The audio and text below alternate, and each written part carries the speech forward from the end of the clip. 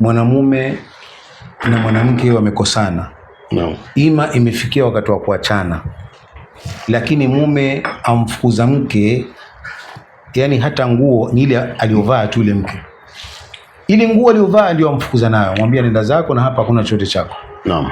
Na ukichanganya vitu hivyo, kuna vitu kwamba ilikuwa ni mahari yake, dressing, kitanda, kabati na vitu vingine alimnunulia kwa sababu ya mahari, na akamnunulia vitu akamwambia hivi, mke wangu nimekununulia.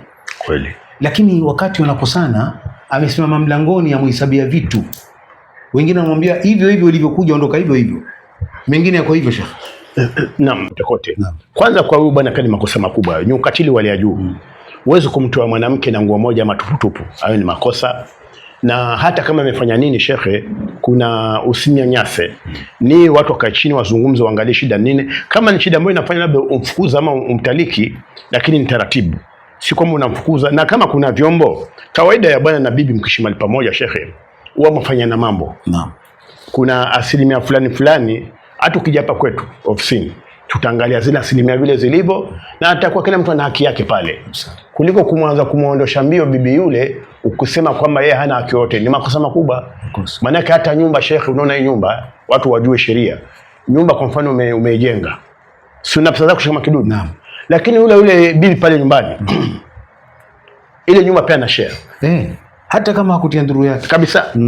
Kule kushuhudia na macho yake, kule kumwambia fundi hapo wajua kidogo hapo kuna simiti imebakia biweke pale. Ni nyumba yake pia. Ni nyumba yake. Tayari ashachangia. Kwa hivyo wewe ukusifuze bila kusema kwamba nyumba si yake. Hiyo nyumba ni yenu. Hapo katika kugombana kwao baina yeye na mumewe na mkewe, amwambia hivi kwamba usijivune hapa bwana. Hii nyumba sio yako bwana. Wewe una nyumba hiyo, fikiria kwenu una nyumba hii. Hii TV sio yako, nyumba sio yako, huna chochote hapa. Yaani amwambia mke kwamba wewe huna chochote, hisabu zako hakuna katika hii nyumba. Ni kwamba Sheikh Makidudu yule bwana hajui sheria na ni mshamba. Tunasema mtu mshamba ni kwamba hajaendelea moja kwa moja. Sasa nyumba imemtia kibri. Sasa hiyo nyumba ambayo amejenga Sheikh, hiyo TV ambayo amenunua bibi naye pia pale naye ana share. Mpaka elewe. Kwa hivyo useme kwamba hiyo nyumba hana chaki, bibi anacho. Na ukienda mahali yoyote ofisi yoyote usika atapewa haki yake. Kwa hiyo ukitaka kujimaliza sasa uende katika ofisi za sheria. Ushamalizika. Kweli. Utakuwa na nyumba, utakuwa na chochote. Kwa hivyo tunasema kwamba Sheikh Makidudu ni kwamba watu waelewe kwamba wakati wa ndoa bibi kutoroka na vyombo hairuhusiwi, na si sheria na si vizuri.